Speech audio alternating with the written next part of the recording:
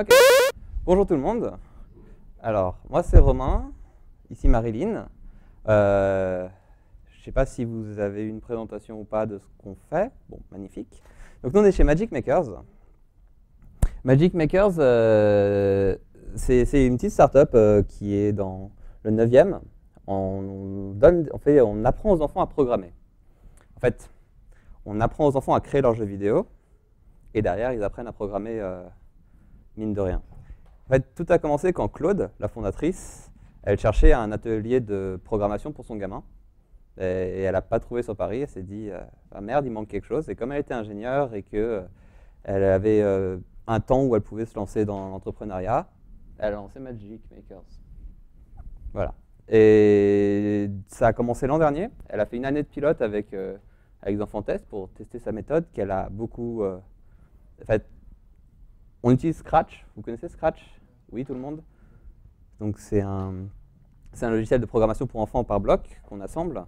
Et c'est développé par le MIT. Et le MIT avait déjà développé quelques idées pédagogiques sur comment apprendre ça aux enfants, quoi, comment leur montrer comment faire. Du coup, elle a testé ces méthodes-là, elle les a adaptées un petit peu l'an dernier. Et là, depuis juin, elle a posé les statuts. Donc, on est une start-up, pas une assoce. Les raisons, c'est qu'on a envie de pouvoir avancer vite pouvoir essayer plein de choses et pas être dépendant tellement des gens qui financent. Et aussi pour en vivre, tout simplement, pour pouvoir faire vivre moi, Marilyn et les autres gens de la boîte. Donc, on fait des ateliers toutes les semaines aux enfants, une fois par semaine d'1h30 pendant toute l'année. Et on fait des stages pendant les vacances, donc des demi-journées pendant toute la semaine. Et ils créent leurs propres jeux vidéo. Donc quand je dis enfants, c'est 8 à 12 ans. En fait, on accepte 7,5 s'ils sont matures et qu'ils sont motivés, et on accepte jusqu'à 13 s'ils sont motivés aussi. Voilà, voilà.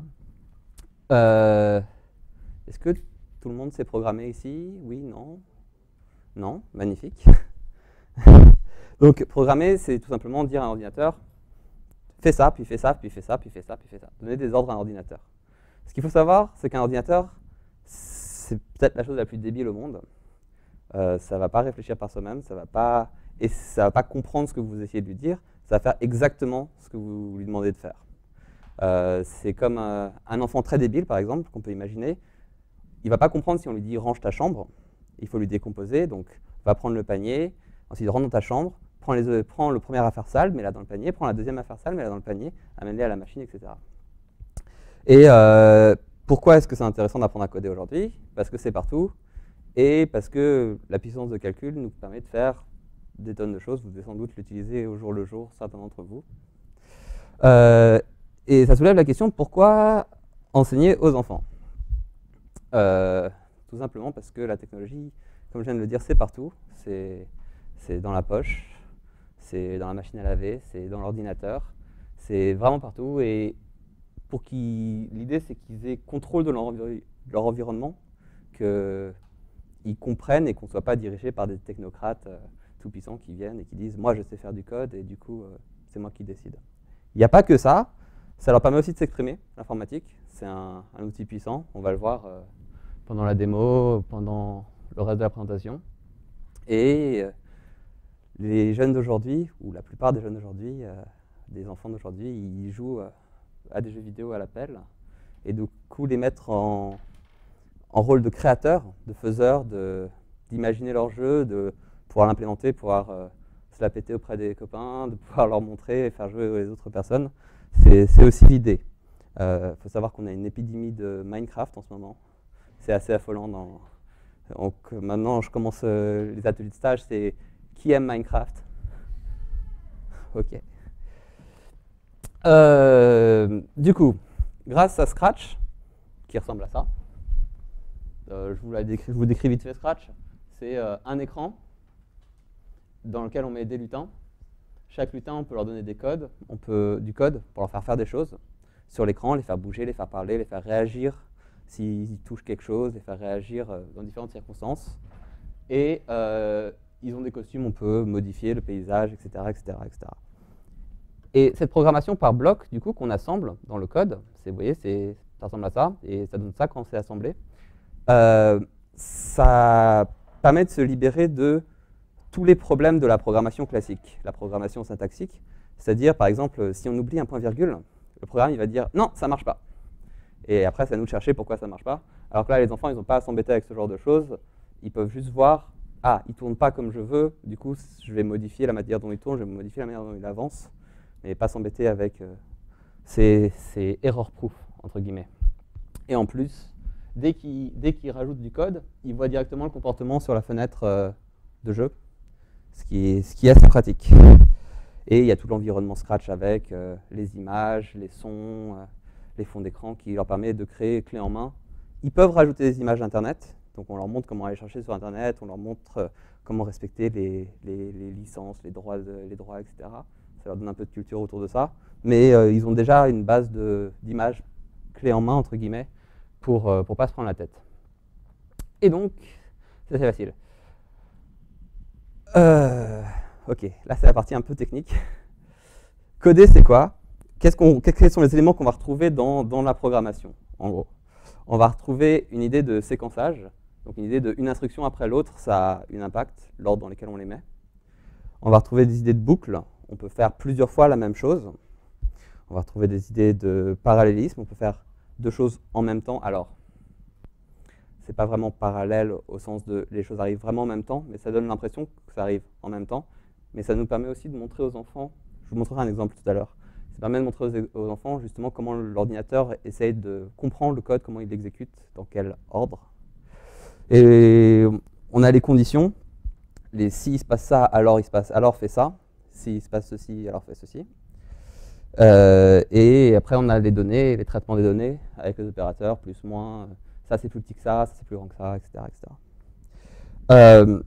Du coup, ça permet aux enfants d'essayer de prendre cette logique-là, de comprendre comment marche l'informatique, mais aussi ça leur donne une nouvelle manière de penser. Ça leur permet de prendre un peu de recul. Alors, je vais me faire tuer si je dis ça, mais ça leur permet d'acquérir une certaine forme d'abstraction qui leur permet ensuite, ils peuvent les aider dans d'autres domaines de leur vie, des cours ou quoi. Ça, c'est un exemple simple de ce qu'on leur montre en atelier. Ça, on leur montre vers le milieu du premier trimestre ou le milieu-fin d'un stage. C'est à peu près l'équivalent à un stage chez nous, c'est ce qu'on fait au premier trimestre. C'est comment faire un labyrinthe. Donc, je vous montre, comme ça, c'est plus simple. Donc, on a dessiné notre super labyrinthe, là, en rose, et on a mis le point jaune qui est l'endroit où on gagne. L'idée, c'est qu'on va faire bouger le petit cœur, qui est notre lutin. Donc, lutin, c'est le petit personnage qu'on va faire bouger. C'est comme ça qu'on appelle les personnages qu'on va faire bouger. Sprite en anglais. Donc, on lui dit, si j'appuie sur la flèche de droite, regarde vers la droite, fais un angle de 90 et avance de 10 pas. Si on fait flèche du haut, tu regardes vers le haut et tu fais la même chose. Flèche du bas, la même chose. Gauche, la même chose. Donc ça, c'est notre déplacement du personnage avec des petits événements en marron là qui détectent les touches. Ensuite, on lui dit au début, donc ça c'est la partie importante et pas évidente à faire comprendre aux enfants d'initialisation, qu'au début, s'il veut que son personnage commence au début du labyrinthe, il faut qu'il le dise à l'ordinateur, il faut qu'il dise va à cet endroit-là, que l'ordinateur ne va pas comprendre par lui-même. Et il met un nombre de vies, là on met 3 vies, on met donc la variable vie à 3. Et après, on a ces deux bouts de code qui font en gros le jeu. C'est si je touche le jaune, donc si je touche la couleur jaune, le truc du fond, je dis bravo, j'ai gagné, c'est magnifique. Et si je touche la couleur rose, je fais demi-tour, je recule et je perds une vie. Et je dis aïe, enfin je fais le son aïe. Ça, les enfants arrivent assez bien à le comprendre. La partie compliquée à leur faire comprendre, c'est donc l'initialisation et l'histoire de, je ne sais pas si vous arrivez à lire de là où vous êtes, mais on a une boucle répétée indéfiniment dans laquelle on a une condition, parce qu'il faut leur faire comprendre étape par étape que donc il faut d'abord mettre le petit drapeau, le petit truc marron pour que ça commence à un moment là, dès le déclencheur entre guillemets, quand j'appuie sur le drapeau jaune. Puis après, si je mets juste si la couleur jaune est touchée, il va faire une fois le test au début, mais il ne va pas le faire tout le temps, du coup après ça ne marchera pas. Donc il faut lui faire comprendre que si je veux que ça marche tout le temps, il faut que je mette une boucle infinie, etc. etc. Et quand quand les enfants prennent ça en main et puis commencent à faire leurs propres choses et qu'on sent qu'ils ont compris et qu'ils commencent à les modifier et à faire leurs autres jeux, on vous montrera d'autres jeux exemples, c'est assez gratifiant, je dois avouer. Donc, ça c'est à peu près ce que je vous ai déjà dit, mais je vais raconter un peu plus l'aspect macro de ce qu'on fait. Donc un atelier, 1h30, on leur apprend à coder, mais on ne leur apprend pas que à coder, ils ne sont pas tout le temps sur Scratch. Des fois on a des activités qui leur permettent de comprendre un peu qu'est-ce que ça veut dire coder au final, qu'est-ce qu'il y a derrière. Le meilleur exemple, je pense, c'est on a un jeu où on leur fait développer ensemble un langage de programmation. C'est-à-dire qu'ils vont se mettre d'accord sur certaines règles pour faire déplacer un d'entre eux qui aura les yeux bandés. Et ils développent un langage, par exemple, s'ils font comme ça, il avance. S'ils font comme ça, il tourne à droite. Ou s'ils disent oui, oui, oui, il va tourner à gauche. Ou ce genre de choses pour les faire passer à travers un espèce de chemin d'obstacle. Et ça, c'est marrant parce que la première itération, la première fois qu'on fait ça, les enfants, ils sont là genre, ouais, quand je fais comme ça, tu avances, et c'est génial. Puis après, ils se rendent compte qu'avec les yeux bandés, quand il fait comme ça, on a deux comportements. On a soit, il avance toujours d'un pas, du coup, ça met 50 ans avant qu'il fasse tout le parcours, ou alors, on a le cas de avance, ça veut dire j'avance, et il ne sait pas quand s'arrêter, il se prend un poteau, quoi. Du coup, après, on fait une petite pause, on dit, bon, qu'est-ce que vous avez compris? Ah, l'ordinateur, il est bête, il est aveugle, donc on va dire, si je fais 3, ça veut dire avance de 3 pas, et c'est marrant de leur voir prendre conscience de comment fonctionne l'ordinateur de manière totalement débranchée, sans comprendre que derrière, il y a tout ce qu'on peut retrouver, comment marche le processeur ou quoi. Non, ils vont conceptualiser ça. Et à la fin des ateliers, on leur fait donc partager ce qu'ils ont fait, comme ça ils peuvent montrer aux parents, ils peuvent montrer entre eux, et on essaie de les faire s'entraider. Souvent, il y en a un qui va comprendre plus vite que l'autre, et on va lui donner ce rôle de possesseur du savoir sur tel ou tel domaine, qui lui lui donne l'impression de le valorise, et qui va permettre de justement répondre comme ça, le mettre en position professorale. Donc, on va vous montrer quelques exemples de ce qu'ont fait les enfants. Je vais passer la main à Marilyn. Hop, je vais passer le micro à Marilyn. Alors, c'est bon là pour le son? Oui. Alors là, ce qu'on a, c'est un labyrinthe. Donc ça, c'est typiquement un des premiers labyrinthes qu'un enfant peut faire, qu'un enfant fait après quelques semaines d'atelier avec nous, même après quelques jours de stage. Là, c'était un petit Nicolas. Et alors, comment ça fonctionne? Donc là, vous voyez, on a deux variables. On a la variable chrono et la variable de vie.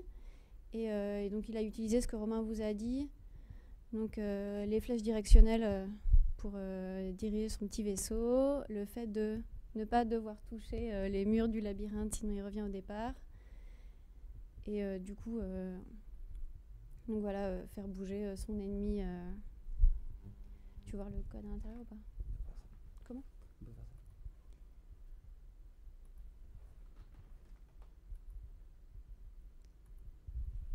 Donc là, on retrouve donc, ce dont on vous parlait tout à l'heure, les conditions. En fait, ils apprennent assez rapidement qu'il y a plusieurs types de capteurs et plusieurs types de choses que l'ordinateur va pouvoir capter, que ce soit des couleurs, des personnages, etc. Et ils arrivent à, après, construire de plus en plus autour des variables. Donc là, c'est par rapport au nombre de vies, ça peut être... Donc ouais, comment utiliser aussi une variable qui va décompter, qui va décompter du temps. Donc voilà, pour que si le chrono arrive à 0 ou si le nombre de points arrive à 0, etc. Donc ça va arrêter le script ou ça va envoyer, là c'est assez intéressant, en fait ça envoie ce qu'on appelle des messages qui sont en fait des signaux qui sont envoyés à un moment précis du code pour déclencher des actions. Donc, ce qui permet vraiment de séquencer et de structurer le jeu.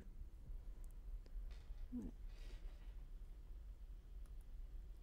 Alors là, c'est un jeu de joueurs, alors qui va pas fonctionner avec le clavier de Romain parce qu'il fonctionne avec quand on a le pad numérique. Mais donc c'est un jeu de joueurs qui fonctionne du coup avec une fonctionnalité. Donc, on va pouvoir diriger normalement. Voilà, c'est un jeu de tir où on doit se tirer dessus et s'éviter.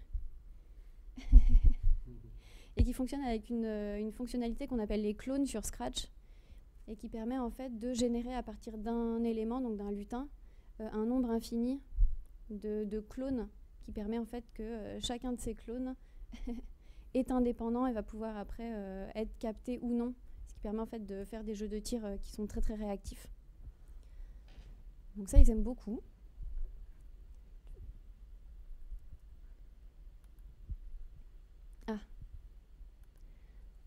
Donc ça, c'est une petite qui s'appelle Annick, donc qui a fait ça cet été en stage.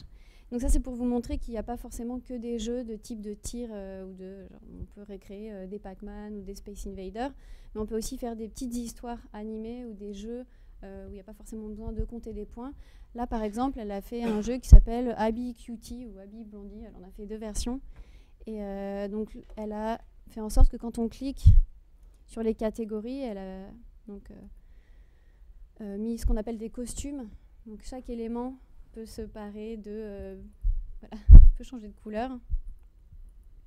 Et après, elle a la fonction, le recommencer pour remettre à 0 et pour remettre sa position initiale.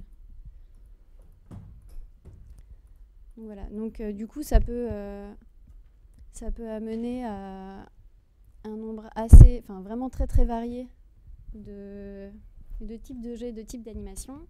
Et là, je vais vous montrer donc, le jeu d'Ismaël, qui est un petit que j'ai le samedi matin, enfin, le samedi après-midi, qui a 11 ans, qui vient de commencer là, au mois d'octobre, et qui, au bout de quelques séances même pas, a fait ça. Donc c'est un jeu où il faut attraper des boules qui rapportent un point, des points de manière assez aléatoire. Il a fait en sorte que sa barre change de taille quand on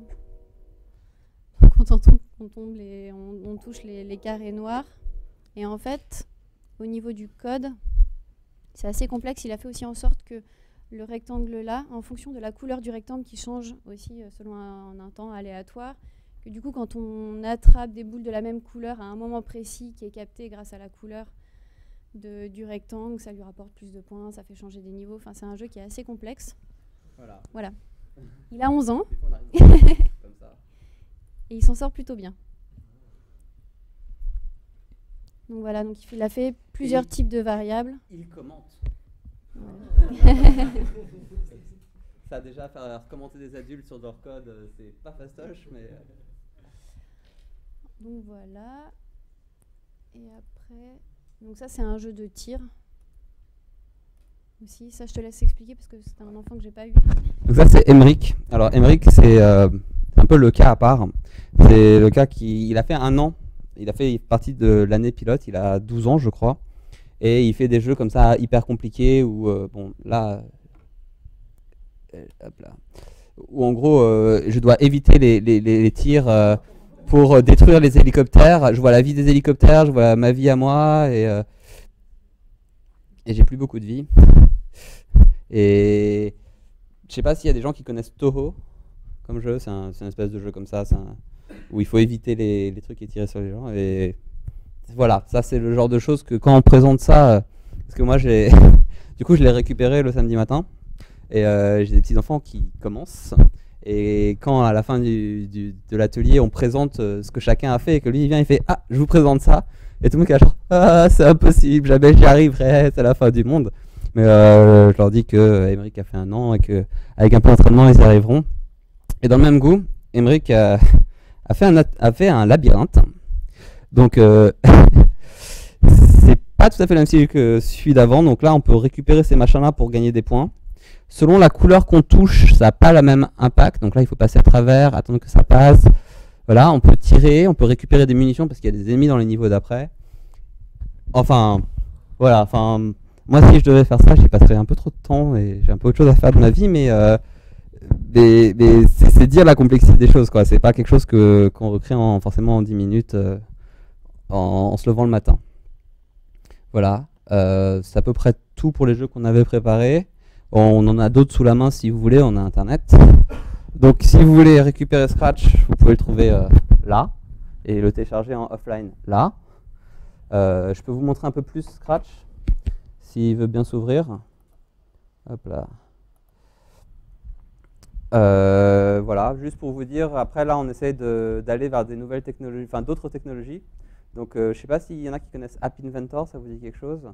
C'est un truc qui permet comme ça avec des blocs de créer des applications sur smartphone. Et ce que ça n'a pas par rapport à Scratch, c'est que Scratch, on peut utiliser des programmes Scratch que sur Scratch, avec Scratch. Là, ils peuvent transformer le programme qu'ils font et qu'ils testent en vraie app qu'ils peuvent partager à tout le monde. Donc c'est plutôt chouette. Et au semestre prochain, on va leur faire du Arduino avec Scratch, parce que Scratch a des modules pour faire marcher les Lego WeDo, les Lego Mindstorm et Arduino. On peut aussi utiliser les Makey Makey, ça vous dit quelque chose, le Makey Makey? C'est quelque chose qui émule un clavier, et si on branche une pince crocos sur la touche espace de la petite carte électronique, et qu'on tient ça d'une main et qu'on le connecte à la terre, ça va faire comme la touche espace sur l'écran. Maintenant, si je donne le fil touche espace à Marine et que je prends la terre et que je fais comme ça pour la toucher, ça va conduire l'électricité, ça va aussi déclencher la touche espace. Et on peut penser à des milliards d'applications avec de la pâte à modeler, avec des fruits, avec tout plein de choses, c'est assez chouette. Donc ouais, ça c'est Scratch, on a l'écran ici, on a les lutins ici, on a les blocs qu'on peut emmener ici pour faire des choses au personnage. On peut lui dire de retourner au milieu, et on peut lui faire jouer des sons, on peut le faire à peu près tout ce qu'on veut. Voilà. Et voilà. Si vous avez des questions, si vous avez des demandes, si vous avez des envies, si vous avez des enfants. Alors, ça dépend des parents. Alors oui, la question c'est, est-ce que les parents, ils apprennent aussi après dessus? Alors, ça dépend des parents. Il y a des parents qui sont plus ou moins impliqués et qui travaillent pas mal avec leur enfant. Donc, nous, comme on est une petite start-up, la population qu'on va avoir, c'est plutôt aisé, parce qu'il y a une barrière de prix à l'entrée, tout simplement. Ce qui fait que je ne peux pas parler pour la généralité de tous les parents et les enfants du monde. Mais pour les parents qu'on a, ils sont plutôt impliqués, ouais. Donc, ils vont apprendre, enfin c'est surtout les enfants qui vont leur apprendre, ils vont faire « Ah, papa, regarde » ou « Maman, regarde, j'ai fait ça aujourd'hui, regarde comment on fait un labyrinthe, attends, je t'apprends et tout. » Mais ouais, ils apprennent de temps en temps et ils font surtout « Waouh » quand ils voient ce que font les enfants.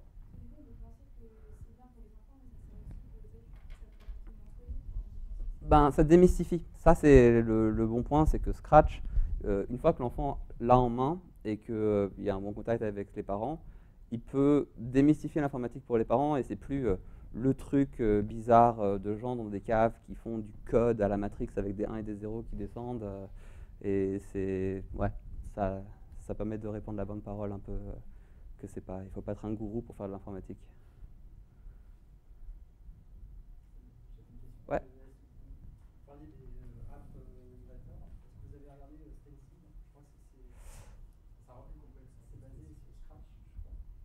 On n'a pas regardé Stencils. C'est quoi la complexité en plus?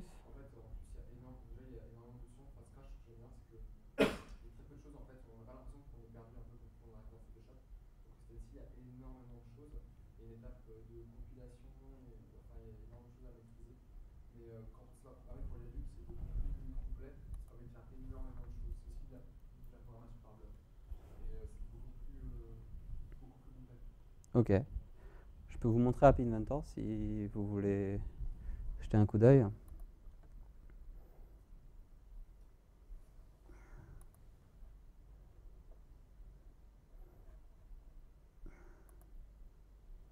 Donc, ça ressemble à ça, App Inventor.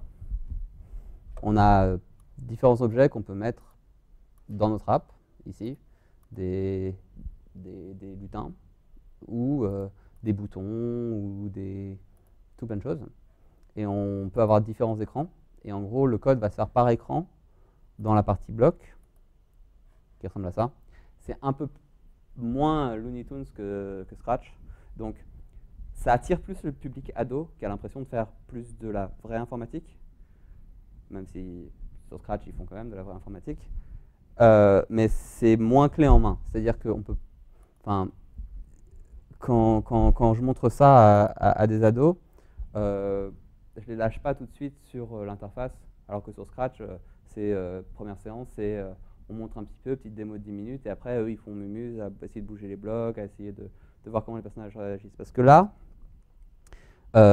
comprendre qu'il faut mettre un objet par écran, puis après que l'idée, c'est de modifier les paramètres des différents objets pour pouvoir faire des choses, et d'aller fouiller dans les blocs où les blocs peuvent être par élément et sont un peu moins clairs et sont en anglais uniquement. Ça, c'est le petit bémol. Ça fait que c'est un petit peu moins évident de...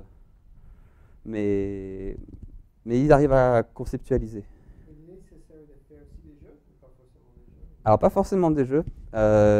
J'avais un ado, du coup, Antonin, qui, lui, son grand trip, c'était de faire un chat de discussion Bluetooth chiffré, crypté, comme il disait, avec ses amis. Et du coup, comme on peut prendre des serveurs et clients Bluetooth sur App Inventor, il a fait ça. Et c'était assez fun. Et on avait Rose qui a fait une petite application pour conseiller des sites à ses amis, et avec des boutons qui appelaient du coup l'API Android et qui disaient hop, j'ouvre Chrome avec, j'ouvre le navigateur avec tel site ou tel site pour conseiller.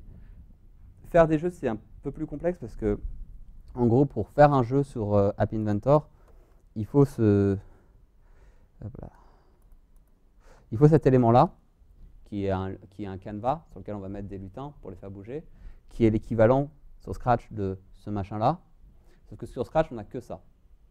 Alors que sur App Inventor, c'est un élément en plus qu'il faut qu'on rajoute, qu'il faut qu'on apprenne à maîtriser, et il y a plusieurs niveaux d'interface.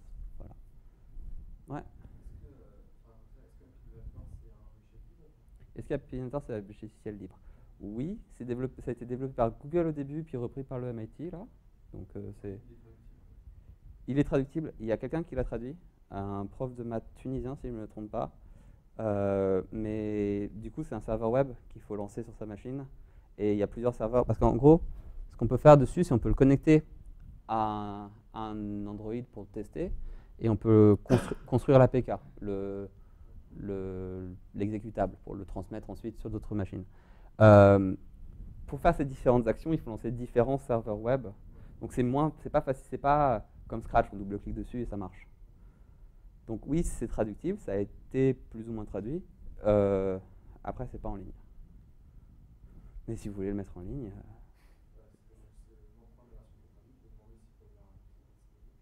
Ouais, il n'y a pas... Je sais que c'est la principale barrière, c'est... Après, comme j'ai dit, on a pour l'instant une population assez aisée, du coup l'anglais c'est assez courant, et on fait office de traducteur. Mais c'est sûr que c'est moins... Ça fait des barrières en plus, des frictions en plus, ouais.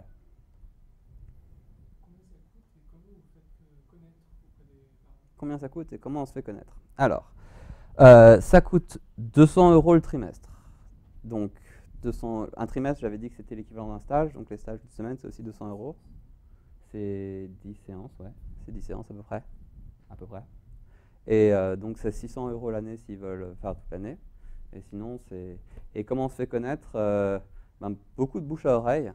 Ça marche assez bien, le bouche à oreille. Sinon, la presse, on est passé sur France 2, Canal+, Télérama, on est passé dans Elle récemment. On était sur la couverture du 20 minutes. Enfin, la presse, quoi. Parce qu'on a Claude et Seb, les deux fondateurs, qui se bougent pour un peu faire connaître. Et ce qui est intéressant, du coup, c'est que comme on fait un peu de bruit, on a été contacté, on rentre en contact aussi avec l'éducation nationale.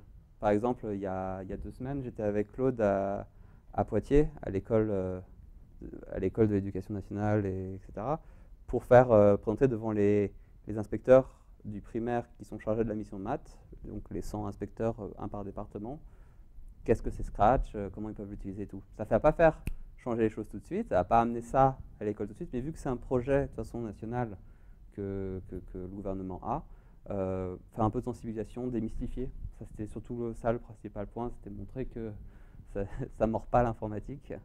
Et voilà, faire parler un petit peu, quoi.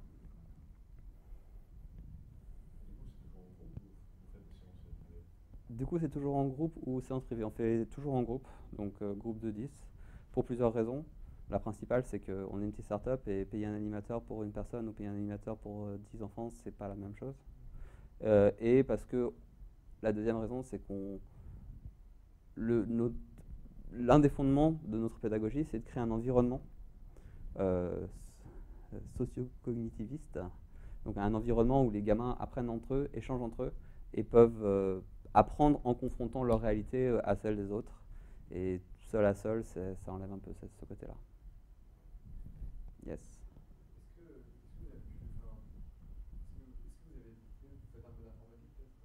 Alors, moi, je suis ingénieur en informatique, mais Marilyn n'avait jamais fait d'informatique avant.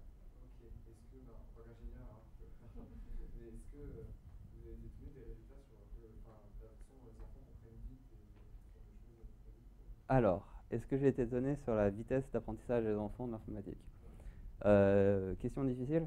Moi, je me suis lancé là-dedans parce que j'avais déjà la croyance que les enfants peuvent l'apprendre et peuvent l'apprendre plutôt vite. Du coup, j'ai pas été surpris parce que je m'attendais à ce qu'ils apprennent vite.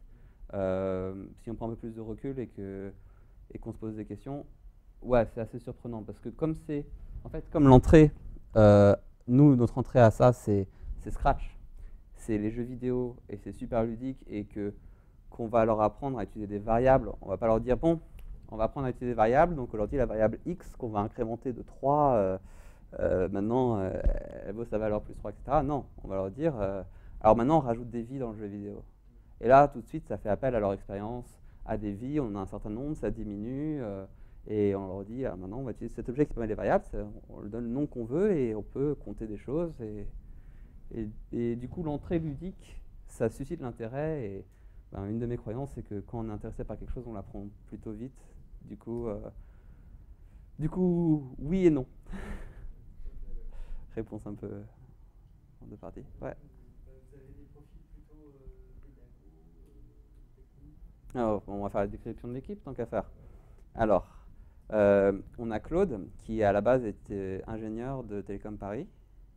Et qui elle, s'est beaucoup documentée sur ce qui s'était fait autour de l'éducation pour les enfants. Seymour Papert, c'est une référence si vous voulez lire ça, celui qui a fait Logo. Et elle s'est créée une vision pédagogique et elle a beaucoup discuté avec le milieu et maintenant c'est ce qu'elle fait, c'est son métier, du coup voilà.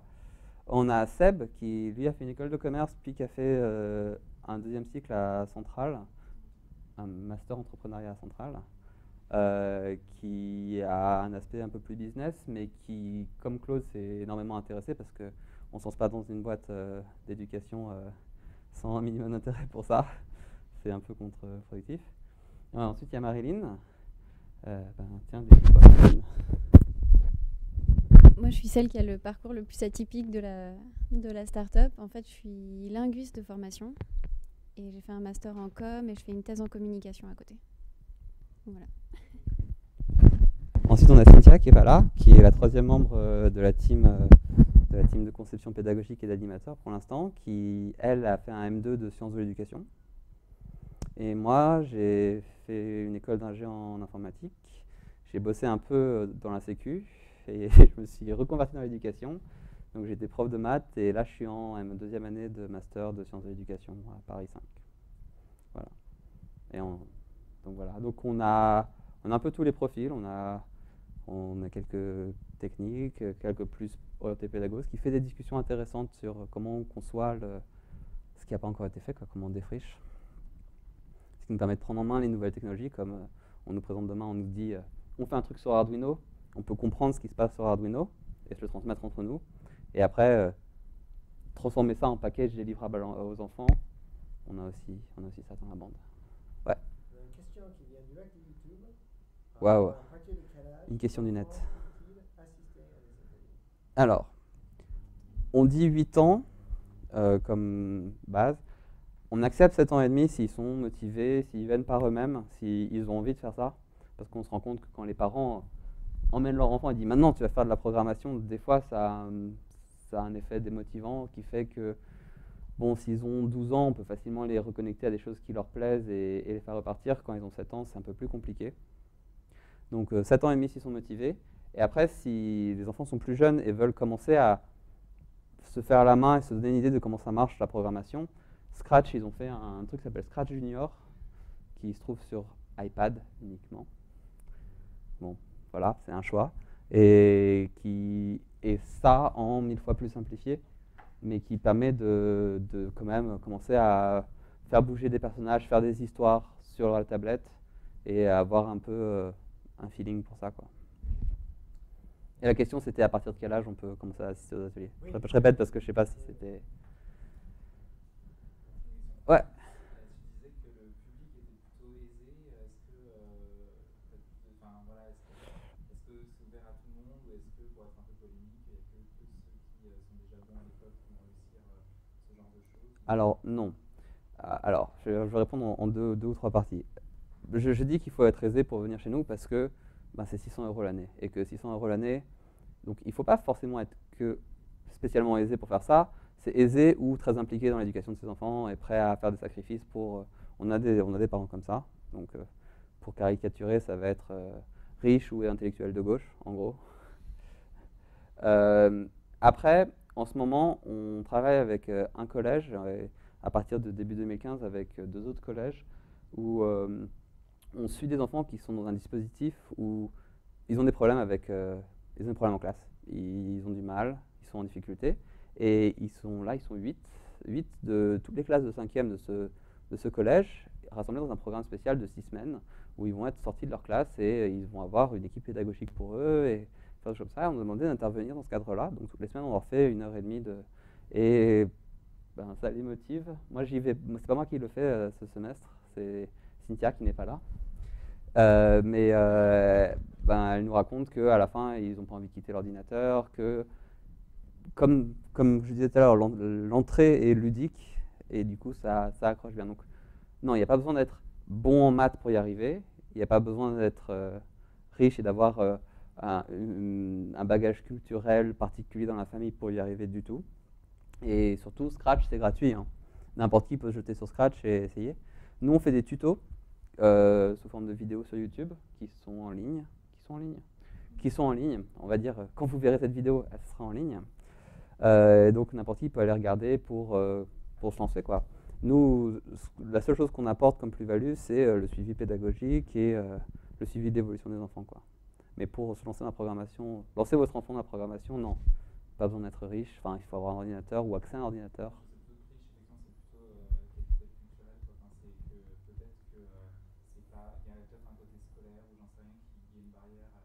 Justement, nous on casse un peu l'environnement scolaire parce que ce qu'on veut pas, c'est des enfants qui disent ah, je sais pas quoi faire parce que j'ai peur d'essayer, parce que j'ai peur de me lancer, parce que dans ce cas-là, ouais, bien sûr. Puis on part vraiment du principe qu'on veut qu'ils fassent ce qu'ils ont envie de faire. C'est-à-dire on part vraiment de leurs envies, de leur imagination, de leur créativité. Donc on n'est pas du tout là à leur donner un programme en leur disant si t'as pas acquis ça au bout de 3 semaines, c'est vraiment que on n'a pas du tout envie de reproduire justement le système de l'école. Donc on part vraiment on essaie vraiment d'être là. C'est pour ça qu'on a des groupes de 10 au maximum. C'est pour que l'animateur puisse vraiment suivre chaque enfant et s'adapter à son rythme et lui transmettre les clés de ce dont il va avoir besoin au moment où il en a besoin. Donc on n'est pas du tout sur une question de rythme ou de bon ou de mauvais. C'est vraiment tout ce qu'on essaye de pas transmettre. Voilà. Et surtout Scratch comme plateforme, ça va pas te dire non, ton code ça marche pas, va-t'en. Ça va juste pas faire ce que tu veux. Donc par essai-erreur, par tâtonnement expérimental, en essayant, si je mets ça, ah non, ça tourne pas à droite comme je le voulais, ou non, les vies elles s'en vont trop vite ou quoi, les enfants sont confrontés, ils apprennent par l'erreur, et nous on essaie plutôt d'inciter ça. C'est loupe-toi autant de fois qu'il faut pour que tu arrives à faire ce que tu veux et que tu comprennes et que tu internalises, plutôt que de leur dire lis ça et recrache.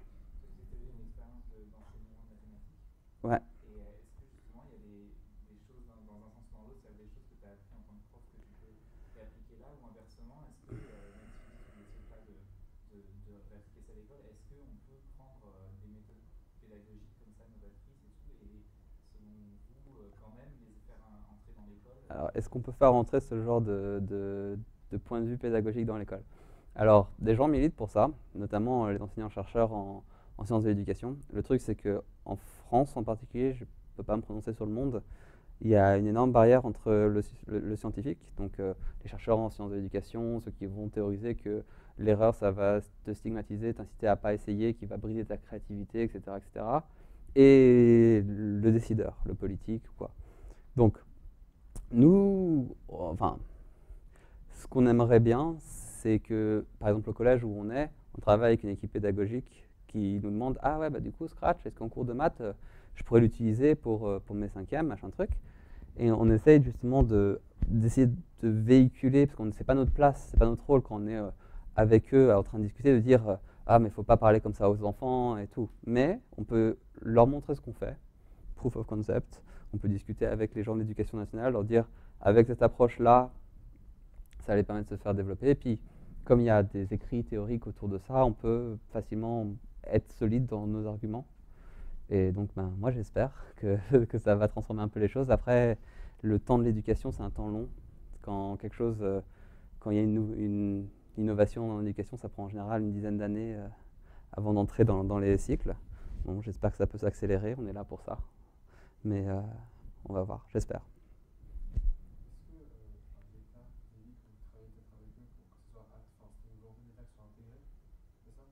Est-ce que c'était une volonté des axes soient intégrés? Au programme de... Alors, le programme de DSH, je ne sais pas comment ça s'est fait, la décision. Tu ne sais pas. On est rentré je crois que Claude connaissait la sous-directrice du collège, et comme c'est l'établissement qui crée son initiative, on a pu être intégré comme ça dans ce collège-là en particulier. Après, les discussions avec les IEN présentées auprès des inspecteurs d'éducation ou quoi, ça c'est, on est en contact. Claude, elle est Claude, donc la fondatrice, est dans un conseil où ils discutent de quel curriculum, comment construire le curriculum de l'apprentissage de la programmation au collège. Donc elle est avec des académiciens, avec des enseignants-chercheurs, avec des gens de l'éducation nationale, pour se poser la question de qu'est-ce qu'on peut proposer. Après, on ne peut pas décider, on peut proposer, on peut montrer des choses. Il y a une volonté de l'éducation nationale de faire entrer la programmation à l'école. Sous quelle forme? De quelle manière?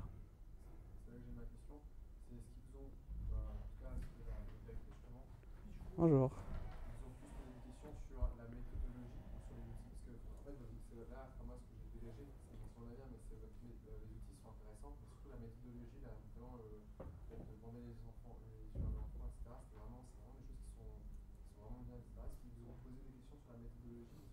Alors, dans le collège, on ne pose pas tellement de questions sur la méthodologie. Nous, on essaie de l'exposer au maximum pour sensibiliser. Après, nous, on intervient en tant qu'animateur. Sur les discussions avec l'éducation nationale, nous, on présente notre méthode.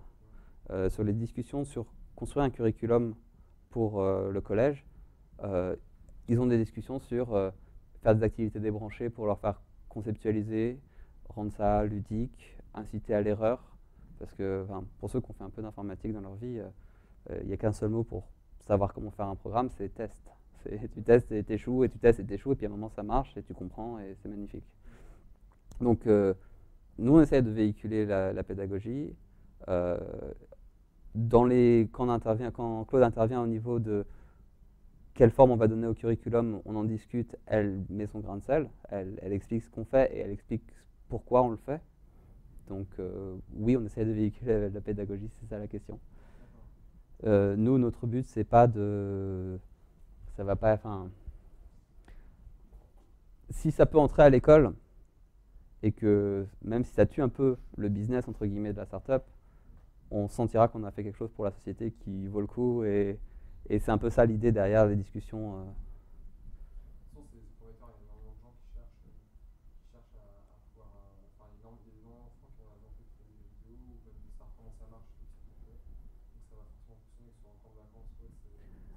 Bah là, on est en train de chercher des animateurs en plus parce qu'on a des gens qui nous demandent. Oui. Alors notre taux de croissance, il y a 3 mois, en juin, il n'y avait personne parce que c'était le début. Et maintenant, on a 180, je ne me mouille pas trop en disant, 180 enfants en hebdomadaire. Et pendant les vacances, on fait des semaines de stage. Donc moi je fais matin après-midi, Marilyn fait matin après-midi, Cynthia fait matin après-midi. On est à 6 x 2, 12. Non, 6 x 2, non, 3 x 2, 6. Et on a un autre animateur en plus, Zachary, qui vient d'arriver, qui anime tout simplement, et on en cherche d'autres. Donc c'est un peu tôt pour parler de taux de conversion ou pour parler de croissance, parce que comme c'est le début, c'est forcément un échelon. Je pense. Quoi? En tout, là, pour l'instant, on a fait 400 ou 500 enfants depuis qui sont passés chez nous. En hebdo ou en stage passé et à venir, parce que là, on a ouvert les inscriptions pour Noël. Donc avec ceux qui sont déjà inscrits pour Noël, ouais. Donc après, ouais. Oui. En fait, j'ai deux questions. Une, c'est par rapport à la programmation visuelle. Mais d'abord, je voulais demander, parce que vous avez parlé de Minecraft tout à l'heure, est-ce qu'on peut apprendre à coder avec Minecraft? Est-ce qu'il y a un intérêt là ou... Est-ce qu'on peut apprendre à coder avec Minecraft? Je sais pas. Honnêtement, avec l'outil Minecraft lui-même, avec le jeu en tant que joueur, non. En tant que joueur, c'est du Lego. Hein. Tu prends un bloc, tu poses un bloc et tu construis, tu fais des constructions. Après, il y a des enfants qui créent des mods sur Minecraft ou qui vont monter des serveurs. Et on en a qui passent, les parents voyaient que leur enfant commençait à faire des bidouilles qu'ils ne comprenaient pas du tout. Ils se sont dit, ah, ça t'intéresse d'apprendre à programmer, et ils les ont envoyés chez nous. Mais comme outil pédagogique, je crois que c'est pas le but. Après, Il y a quand même des blocs on peut programmer un petit peu sur Minecraft, il y a des blocs de logique. Et on peut faire des mécanismes. on peut faire des mécanismes, oui. Qui se sont amusés à produire des processeurs. On peut créer un ordinateur en fait, mais c'est juste parce qu'il y a quelque chose qui sert entre guillemets de courant, une sorte de bloc. Ah, ok. Du coup, on commence à faire une calculatrice, après on peut créer une instruction basique de processeur, etc. C'est tout ce qu'on peut faire. D'accord. Fun. Mais je sais pas si les enfants vont naturellement vers ça, mais fun, génial. Je savais pas, je vais aller regarder ça, tiens. Ok. J'imagine. L'autre question que j'avais, c'est par rapport à la programmation visuelle. Ça me fait, je sais pas, je me pose des questions. Est-ce que tu trouves que c'est vraiment essentiel? À partir de quel âge est-ce que tu penses qu'on peut prendre programmation sans le côté visuel? Sans le côté visuel? Est-ce qu'il y a quelque chose? Est-ce que c'est Un pont? facile de passer de programmation visuelle à programmation Alors, fichier? une question en deux temps. Est-ce que c'est à partir de quel âge c'est intéressant de passer à de la programmation syntaxique, et est-ce qu'il y a des moyens de faire des ponts? Alors, là, on va ouvrir un atelier pilote début janvier pour tester d'enseigner le JavaScript aux ados jusqu'à 16 ans, donc 14-16 ans, je crois que c'est la tranche qu'on vise. Pourquoi faire ça, tout simplement? Pour s'émanciper un peu de Scratch, parce que Scratch, comme j'ai dit, c'est des programmes qu'on peut faire dans Scratch, qui restent dans Scratch, donc pour leur donner un peu plus de liberté pour utiliser leur machine, pour le côté réseau et pour les jeux 3D. Donc aller vers des choses un peu plus complexes, quitte à perdre en simplicité, mais aussi pour leur donner une compréhension un peu plus profonde, ceux que ça intéresse. Donc, comme on n'a pas encore commencé à faire ça, j'ai pas de résultats sur comment ça se passe, et je ne sais pas si ça intéresse. Ça, je pourrais te tenir au courant. Et est-ce qu'il y a des ponts entre la programmation visuelle et la programmation non visuelle? Oui, il y en a. Moi, un que je trouve intéressant, c'est justement App Inventor. Pourquoi est-ce que je trouve App Inventor intéressant? Parce que ce qu'on fait dans App Inventor, c'est majoritairement modifier des paramètres d'objets. C'est-à-dire que quand on va aller prendre, je sais pas moi, la balle de mon Pong là, je peux modifier sa visibilité, sa vitesse, la direction dans laquelle il pointe, son X, son Y, son Z. Et au final, la vraie programmation, entre guillemets, c'est beaucoup de modifications de paramètres et de tests autour de ces paramètres-là. Et du coup, là, on a une couche en plus, on va dire, par rapport à Scratch. Où Scratch, il y aura quelques paramètres qu'on va faire modifier, peut-être le X, le Y, le Z, mais ce sera beaucoup de commandes préfabriquées. Là, on perd ce côté commande préfabriquée. Si je veux faire, est-ce que mon personnage touche une couleur? Il faut que je prenne la couleur qui est sous mon personnage, que je la compare à la couleur que j'ai envie de tester, et voir si c'est égal ou pas. Donc, on obtient une espèce de dimension plus proche de la logique de si j'écrivais du C, du JavaScript, du Ruby, tout ce que vous voulez. Donc ça peut servir de pont. Encore une fois, j'ai pas encore fait le test, donc je vais voir. Après, c'est une question qu'on se pose chez nous. C'est est-ce que c'est plus simple d'apprendre à coder de la programmation non visuelle après en avoir fait, ou est-ce qu'au contraire, ça crée des blocages? Est-ce que c'est plus simple de commencer par ça? Donc ça, c'est des choses qu'on va expérimenter, tester et réévaluer à partir de janvier. Ouais. Du coup, pour donner un petit retour à ce niveau-là, moi, à un moment, j'étais à Londres et j'ai participé en tant que volontaire justement dans un groupe qui faisait exactement la même chose, avec des enfants entre 8 et 12 ans faire des jeux avec des scripts. Du coup, ils faisaient aussi des web, ils faisaient aussi des sites web. Et justement, j'étais surpris de la vitesse à laquelle ils s'intéressaient, ils avaient des idées, ils apprenaient vite. Donc, en tout cas, d'après ce que j'ai vu dans l'émission, ça ne faisait pas du tout de souci de faire du web et du code. Ah, c'est plutôt motivant ça. Vraiment, vraiment vite. Enfin, ça m'a vraiment surpris, quoi. Donc, Ouais. certains en avaient déjà fait, d'autres ont rejoint le groupe à ce moment-là, donc juste avec en 2 séances d'une heure et demie chacune, pareil, ils arrivaient à faire des sites web Vers quel âge? entre 8 et 12 ans. Donc Ok. les gamins de 8 ans, ils s'en sortaient plutôt bien. Cool. C'est pareil, en fait, l'apprentissage du web, en fait, ça se fait sans bug, Ouais. sans blocage. L'apprentissage du web, ça se fait assez bien. Ouais. Jouer avec, si vraiment les enfants peuvent jouer avec, en fait, ils comprennent mieux en fait, les mécaniques en pouvant bricoler, etc. Moi, mon objectif sur le pilote, alors encore une fois, je n'ai pas testé, mais c'est de les emmener vers de la programmation de jeux 3D.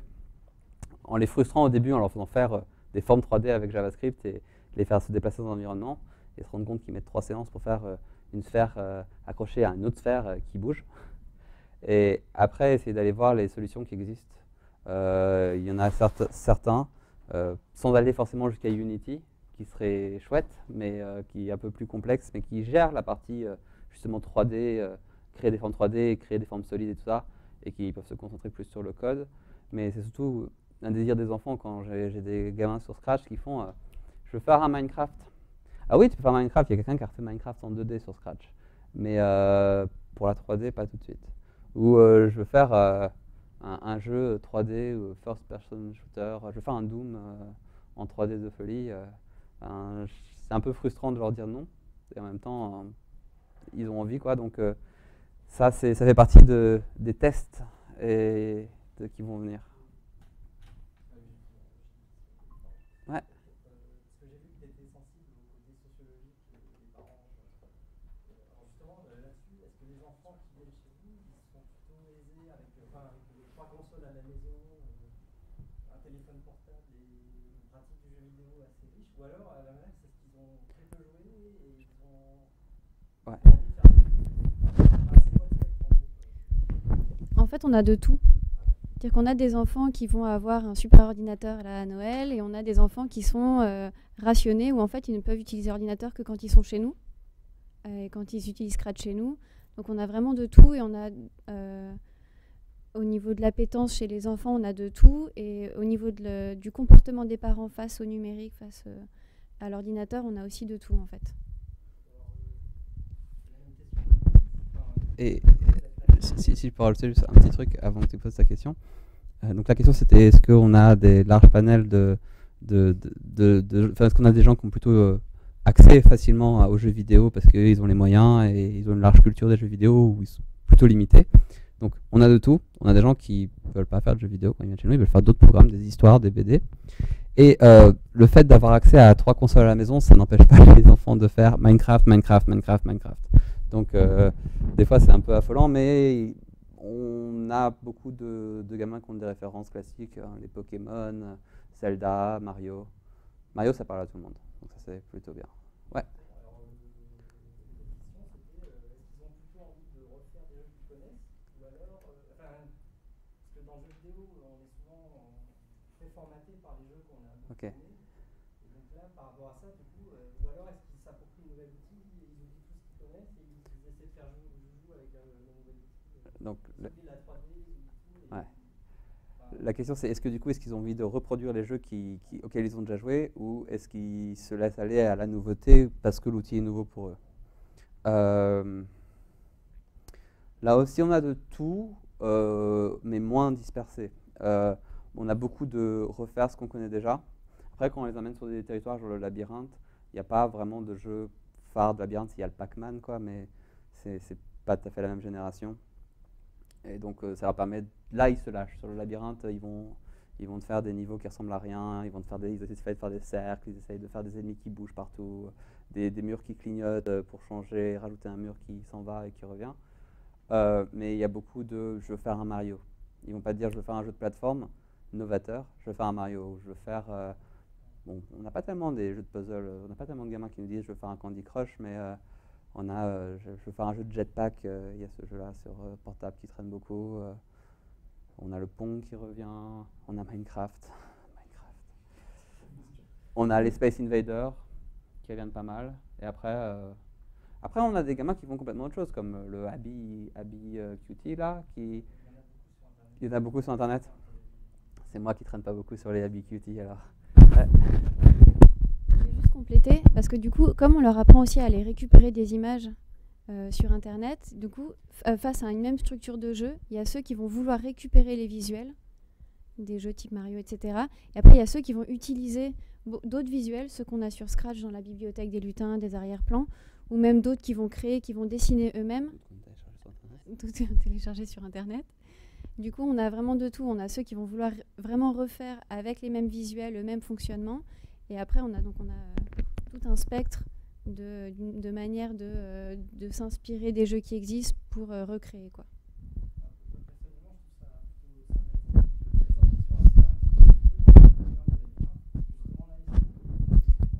Ouais, c'est pour ça qu'on n'a pas un atelier. Aujourd'hui, on va faire un jeu de Mario. Aujourd'hui, on va faire un Pong.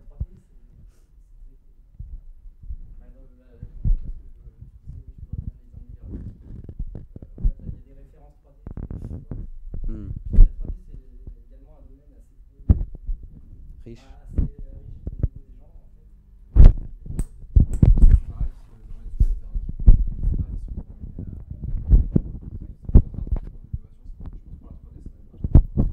Mais quand on leur présente une nouvelle chose, on leur présente en général quelques exemples. Par exemple le labyrinthe, où on a par exemple on fait pas tout le temps des jeux vidéo, on a quelques ateliers pour faire des histoires.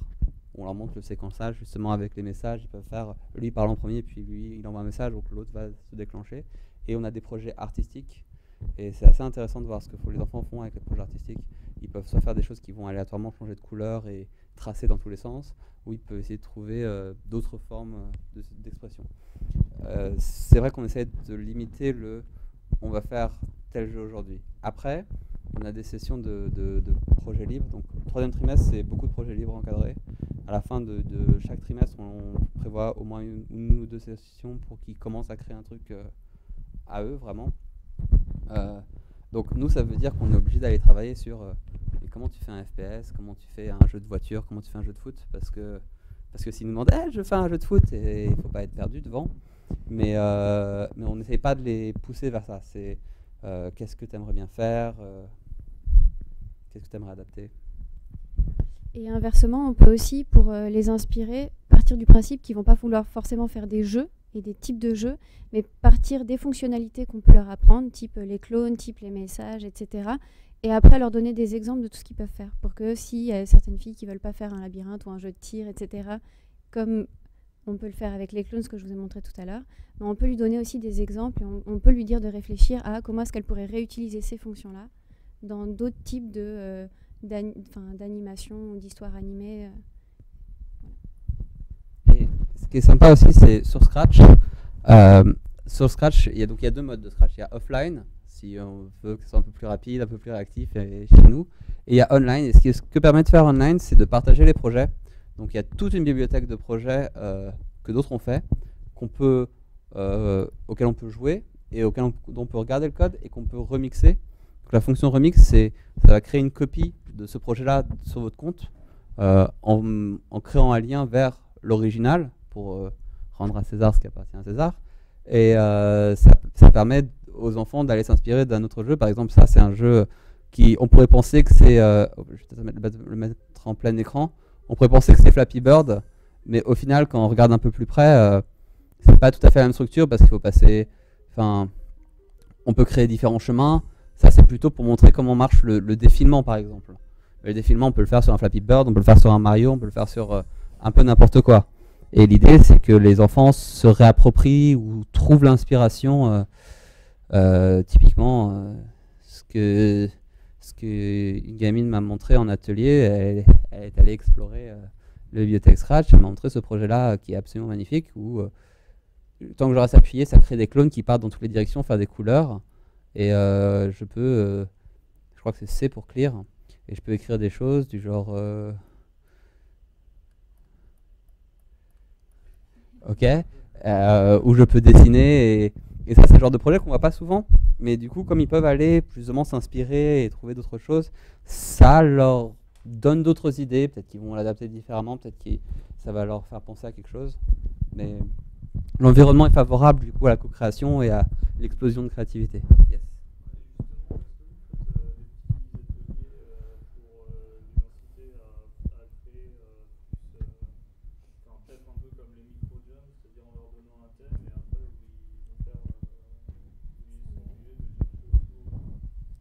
Est-ce qu'on leur donne un thème pour que ça cherche autour? Genre aujourd'hui on va faire un jeu de plateforme et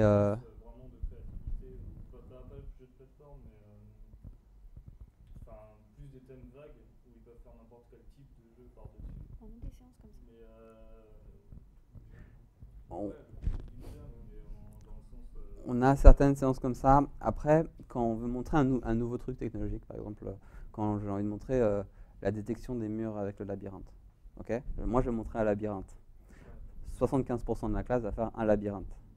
Il y en a un qui va décider de faire autre chose, genre le jeu où j'attrape les balles, mais 75% d'entre eux vont reproduire, parce que ça reste des enfants, ça reste assez influençable quand on leur montre quelque chose.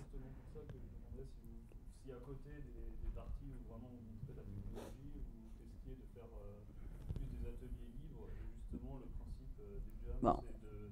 Mettre quelques contraintes qui obligent à réfléchir différemment qu'on a l'habitude de réfléchir nous habituellement. Alors, pas encore. On n'a pas encore fait ce genre d'exercice. On a des sessions libres où ils sont 100% libres. C'est ton jeu, qu'est-ce que vous t'en es, machin truc et tout. Ou des fois ça peut être je veux continuer mon labyrinthe, rajouter 50 niveaux, des trucs compliqués. Ou des fois ça va être je vais faire un nouveau truc du type je bouge et je tire, mais c'est totalement libre. Et on a une session au début où on se présente entre nous et où on va chacun faire notre portrait chinois, en gros. Et on met les différents éléments dans un chapeau et tu pioches un animal, je sais pas, loup, une framboise et Minas Tirith, un lieu, et tu vas faire un projet avec ces éléments-là que tu vas intégrer, mais on n'a pas tellement de concepts du genre aujourd'hui on va créer un jeu et le jeu c'est que le personnage il faut qu'il vole en permanence et fait n'importe quel type de jeu avec ça. On n'a pas trop ce genre de choses à voir.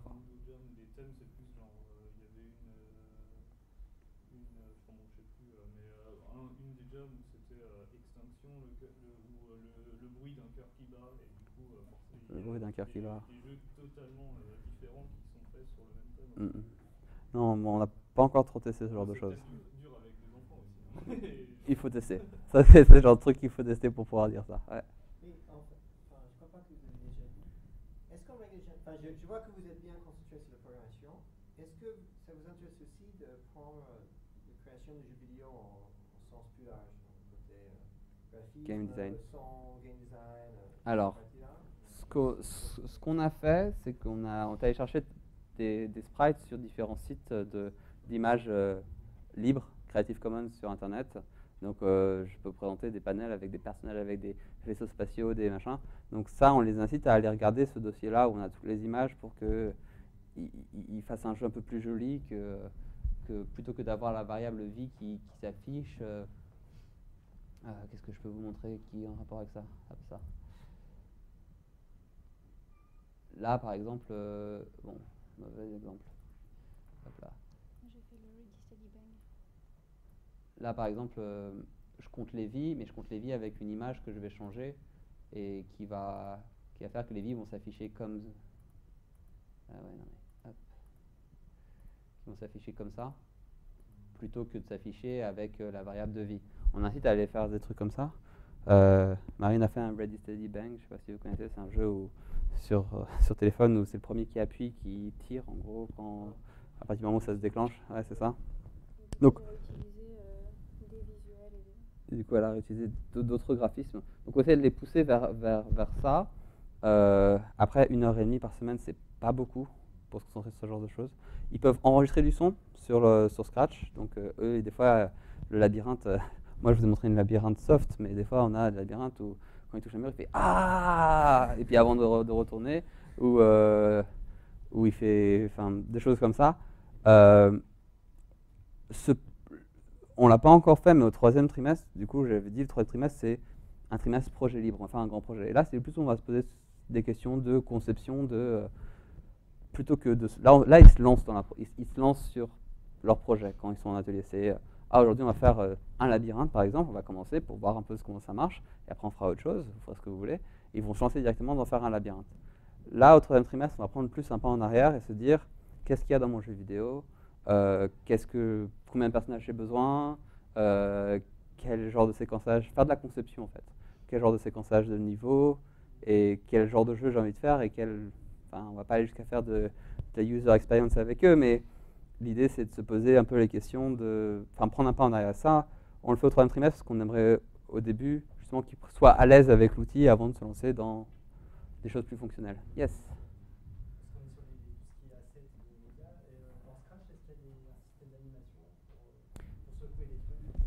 Est-ce qu'il y a... Alors, non. Dans Scratch, la seule chose qui se rapproche à l'animation, ça va être, si je prends Pico Walking. Pico Walking, c'est un personnage qui a 4 costumes, et si je les fais bouger comme ça, j'anime. Donc c'est de l'animation old school, c'est déjà pas mal. Surtout si on va chercher des gifs animés sur Internet. J'ai un petit projet qui traîne où je suis allé chercher un GIF dont j'ai décomposé chaque image. Il y en avait 22, je crois, au final, un truc comme ça. Et si je le retrouve, j'ai beaucoup de projets vides, je suis désolé. Par exemple, celui-là. Ça, c'est une image que j'ai trouvé 22. Il fallait trouver les 22 différents sur Internet. Quand je fais bouger mon personnage, ça fait ce genre d'animation qui est plutôt sympa, mais c'est que du changement de costume. Et c'est pas automatisé. Il faut penser je passe au costume 2, j'avance d'un pas, je passe au costume 3, j'avance d'un pas. Ouais. Donc il n'y a pas vraiment de capacité d'animation intégrée nativement, mais... Est-ce qu'on peut faire des plugins? Oui, non et peut-être. Donc, j'avais dit tout à l'heure, par exemple, il y a un plugin Arduino. Donc oui, on peut coder un plugin pour faire marcher avec Scratch. Les questions sont, pour la mettre sur la version online, il faut en parler, avec les gens de la version, les gens d'MIT, parce que c'est leur serveur. Donc pour l'instant, il y a le Pico Drive, c'est un circuit électronique, et les Lego WeDo. Si je veux faire de l'Arduino, je le fais en offline. Offline, c'est du Flash, la version 2 de Scratch. Toucher à du Flash, ça ne motive pas beaucoup les foules. Du coup, ils reviennent souvent sur la version 1.4. Après, il y a quelque chose qui s'appelle Snap, si je ne me trompe pas, qui est une version plus poussée de Scratch. Je crois que c'est ça qu'ils utilisent dans certains collèges à l'étranger. En Angleterre, j'ai pas envie de me commit trop sur ce que je suis en train de dire là. Où on peut, en fait, c'est l'ancien BYOB, Build Your Own Block. Donc pour construire justement tes propres blocs. Donc oui, c'est faisable. Comme informatique, tout est faisable. Mais est-ce que c'est intuitif et natif? Non. À intégrer et à répandre, du coup. C'est dommage parce que c'est justement un moyen d'expression assez simple pour les enfants. Si on a des sprites, mains, bouche, faire des animations pour animer un gros personnage. Ouais, c'est vrai, ce serait rigolo. Mais après, le fait qu'ils soient obligés d'avoir 2 lutins main, une lutin tête et de devoir bouger les mains en synchro, ça va permettre de comprendre comment ça marche. Et ça, c'est un avantage qu'on perd avec l'ultra simplification. Dans la version Scratch Junior, par exemple, c'est ce genre de truc qu'on va retrouver. Là, on veut leur faire comprendre les process. C'est sûr qu'avec ça, ils vont pas créer le prochain hit Blizzard. Mais ils vont comprendre les mécanismes derrière. Et quand je parlais de passer sur Unity avec JavaScript tout à l'heure, bon, c'est un de mes rêves, mais c'est une structure très complexe à utiliser. Mais c'est quelque chose qui va gérer automatiquement ce genre de choses. Et ils pourront se concentrer plus sur du coup, la partie gameplay dont on parlait tout à l'heure, la partie conception de jeu, game design. Donc, ça c'est avantage, c'est inconvénient, un peu comme tout, quoi. Yes. Je parlais de passer par Unity, je sais que c'est old school, mais du coup, Flash, ça peut être aussi une alternative. Surtout en AS2, peut-être pour apprendre ce genre de truc. Au final, le AS2, c'est un langage très très proche du JavaScript, on n'a pas besoin de typer les objets et tout ça. Ouais. Et c'est très très proche de Unity aussi, dans le sens où on peut poser un objet sur la scène, cliquer dessus, mettre du code sur l'objet et il va s'exécuter sur l'objet. Ouais. Alors, on pourrait passer sur du Flash parce que mais après, c'est payant. Unity aussi, c'est payant. La version pro, et il y a une version gratuite. Mais pour les enfants, ça suffit largement, je suis d'accord. Il y a des trucs tout bêtes qui vont faire qu'on va pas passer sous Flash. C'est, moi, je sais pas coder en ActionScript, tout simplement. Je n'ai jamais fait de Flash de ma vie et je sais coder en Java, c'est bon. Mais c'est vrai, on va pas se limiter à ce que je connais comme plateforme pour enseigner aux gamins. On défriche un peu, mais après, honnêtement, c'est un pilote, c'est un truc de test. J'en ai discuté avec des gens qui font des trucs en JavaScript, qui m'ont dit c'est super bien, ça marche bien avec les ados, j'arrive à leur faire des trucs. Pourquoi pas. Après, JavaScript a une plus grande utilisation. Je vais peut-être me faire tuer par des communautés online, mais JavaScript est plus facile à utiliser dans le vrai monde que Flash, parce que. Ouais, c'est ça. Et l'idée, c'est de donner le pouvoir aux enfants, aux ados, une force de création. C'est aussi pour ça qu'on veut passer sur du langage non visuel. C'est que Scratch, ça leur donne un pouvoir assez limité. Ça leur donne du pouvoir créatif énorme.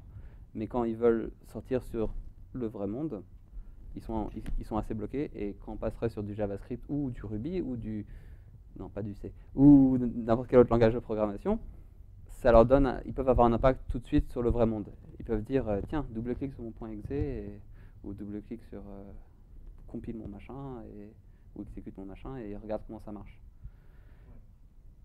Après, c'est un choix comme un autre. On va tester, on va voir ce que ça donne. Là, c'est à peu près au niveau où on en est de la programmation syntaxique pour les enfants. Nous.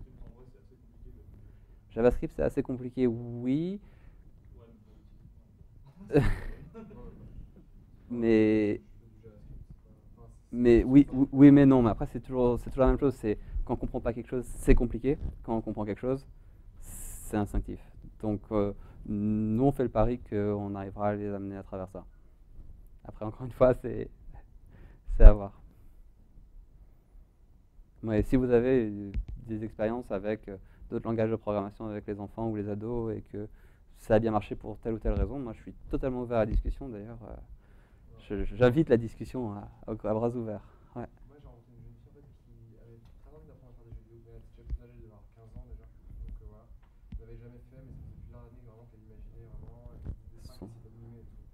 Et je lui ai montré, donc c'était en JavaScript, mais c'est différent parce qu'il y avait bien d'autres choses que j'avais, enfin il y avait beaucoup de HTML et tout dedans, mais elle était vraiment très volontaire, vraiment très envie d'en faire un truc.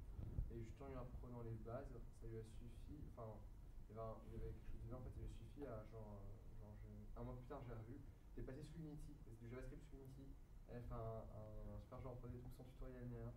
Donc je pense qu'après, une fois que c'est lancé, ça passe. Mais Unity, je voulais dire quelque chose, ouais. Plus ça pourra apporter quelque chose. Mais Unity, en fait, il y a possibilité, ce qui est génial en fait, c'est il y a possibilité en fait, de pas de faire de code en fait dans Unity. Parce qu'il y a une bibliothèque énorme en fait qui est faite par les gens de Unity. Je sais pas si tu as déjà vu comment ça marche, mais tu as des variables en fait en dur et tu as plein de scripts en fait, qui permettent de poser ces scripts sur des objets et tu modifies les variables. Et c'est aussi simple que de la programmation en bloc réellement et ça permet d'avoir une liberté assez incroyable. Donc c'est truc à fouiller. Ce qu'on m'a montré aussi récemment, c'est un plugin aussi qui permet de faire un plugin pour faire de la programmation visuelle sur Unity. Mais en fait, le blocage sur Unity, c'est pas tellement la phase de programmation, c'est plus l'interface en fait, ouais, c'est ça. C'est qu'une fois qu'ils maîtrisent l'interface, leur apporter du JavaScript, c'est aussi intéressant et pas forcément beaucoup plus dur que de leur apporter de la programmation par bloc au final. C'est vraiment la prise en main de, alors ouais, là c'est là où j'ai mes éléments 3D, ah c'est quoi une forme solide, ah c'est quoi... Alors, pour aller sur le site du zéro, il y a un nouveau tutoriel sur Unity, c'est le premier, fait par une entreprise, et ça permet justement, c'est de A à Z en fait comment faire un jeu vidéo sans développer. Et justement, ils expliquent assez bien comment utiliser Unity en fait sans trop se prendre la tête avec l'interface et tout, notamment au niveau des clics de souris, des raccourcis. Ça c'est le genre de truc qui m'intéresse. Ouais, Donc sur le site du zéro, ouais, j'ai regardé. ouais, c'est tout nouveau là, ça a 2 mois. Ah oui, c'est Playmaker, ça s'appelle. Playmakers. Playmaker, c'est une bibliothèque de programmation visuelle. Il y a des parties payantes, il y a des parties payantes. Après, je ne sais pas si c'est pour tous les enfants. Il y a un truc que je voulais vous montrer mais que j'ai perdu.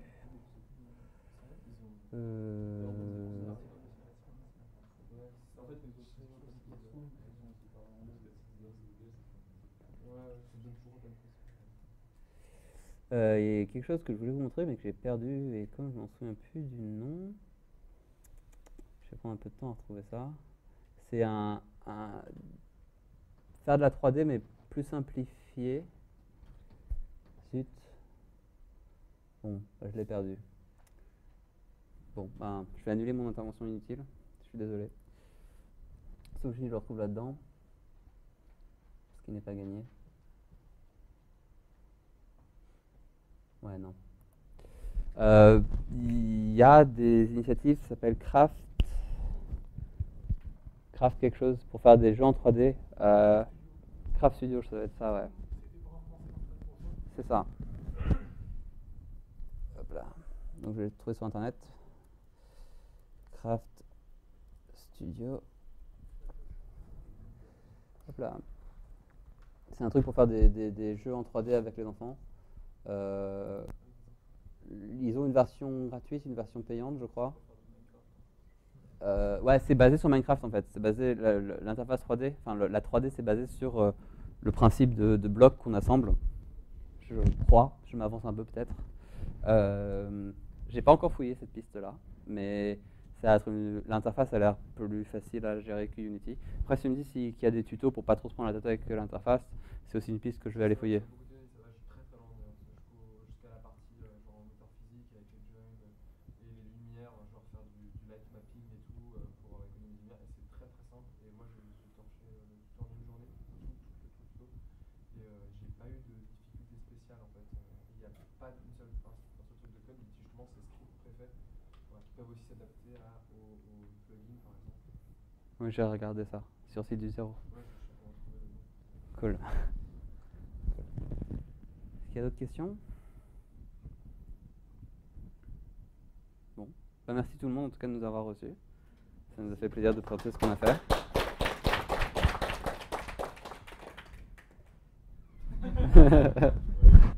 On m'applaudit, j'arrive.